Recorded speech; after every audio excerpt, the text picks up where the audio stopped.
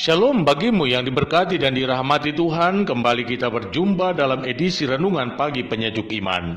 Tema pagi ini, Yesuslah Tuhan, selain Dia tidak ada yang lain. Untuk pelayanan firman, mari kita berdoa. Kepadamu ya Tuhan, kami bersyukur atas kehidupan yang Engkau anugerahkan, dan kami hendak mengisi kehidupan ini di dalam terang firman-Mu. Roh Kudus-Mu bekerja memampukan kami untuk mengerti dan memahaminya. Di dalam nama Tuhan Yesus kami berdoa. Amin. Firman Tuhan Yesaya 43 ayat 11 demikian. Akulah Tuhan, dan tidak ada juru selamat selain daripadaku. Saudara-saudaraku, sering sekali saya menjumpai begitu banyak orang Kristen merasa malu membuka jati diri mereka sebagai pengikut Yesus Kristus di hadapan orang-orang dunia ini. Bagi saya, mengapa kita harus malu?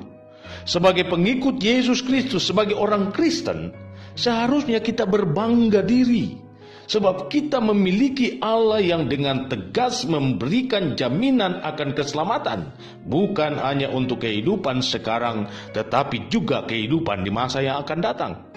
Saya sendiri begitu bangga menjadi pengikut Tuhan Yesus.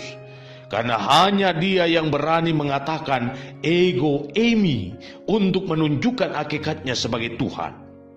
Dalam kitab Injil Yohanes 7 kali Tuhan Yesus mengucapkan kata itu. Pertama, ego eimi roti hidup. Yohanes pasal 6 ayat 35. Artinya bahwa hanya di dalam Tuhan Yesus kita mendapat jaminan kehidupan. Yang kedua, ego eimi terang dunia. Yohanes pasal 8 ayat 12. Artinya bahwa hanya di dalam Yesus kita dapat berjalan dalam terang, bukan dalam kegelapan.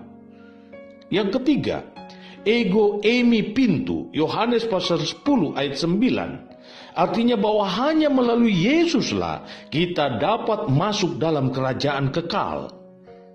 Yang keempat, ego eimi gembala yang baik. Yohanes pasal 10 ayat 11. Artinya bahwa hanya di dalam Yesuslah kita akan mendapat jaminan keamanan dan ketentraman. Yang kelima, ego eimi kebangkitan dan hidup. Yohanes pasal 11 ayat 25. Artinya bahwa hanya di dalam Yesus saja kita mendapat kepastian tentang kebangkitan dan yang kekal. Yang keenam, ego eimi jalan kebenaran dan hidup. Yohanes pasal 14 ayat 6. Artinya bahwa hanya di dalam Yesus saja kita dapat masuk ke dalam kerajaan surga untuk bertemu dengan Allah di dalam kekekalan. Yang ketujuh, ego eimi pokok anggur.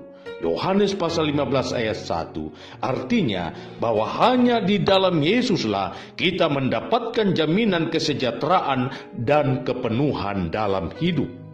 Karena itu, jika masih saja ada orang Kristen yang menyembunyikan identitasnya sebagai pengikut Yesus, sesungguhnya mereka meragukan hakikat Yesus sebagai Tuhan dan Juru Selamat. Saudara-saudaraku, jauh sebelum sejarah Tuhan Yesus yang dikisahkan dalam Perjanjian Baru, Allah telah berfirman kepada umatnya dalam Perjanjian Lama agar mereka menjadi umat yang berkesaksian sekalipun situasi yang mereka hadapi sangat sulit.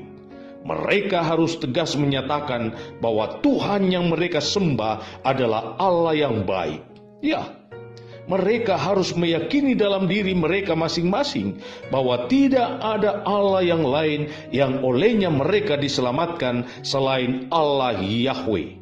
Dan para murid pun memberikan kesaksian bahwa keselamatan tidak ada di dalam siapapun juga selain di dalam Dia.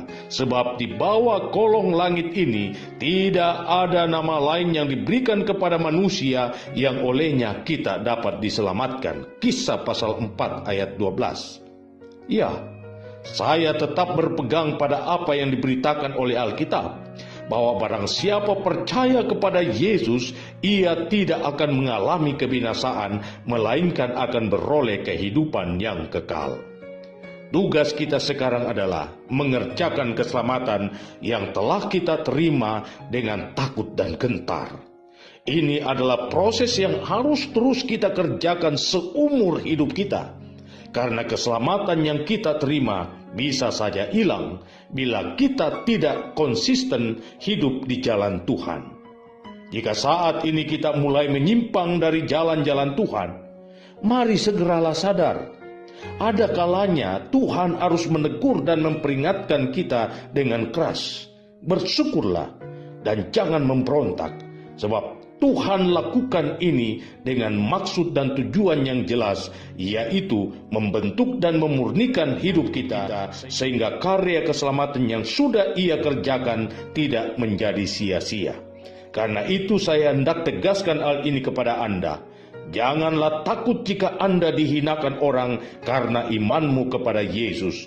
Bersyukurlah karena hal itu, sebab Yesus yang adalah Tuhan telah menanggung inahan karena dosa kita, dan oleh bilur-bilurnya kita diselamatkan. Selamat memaknai kehidupan imanmu. Tuhan Yesus memberkati.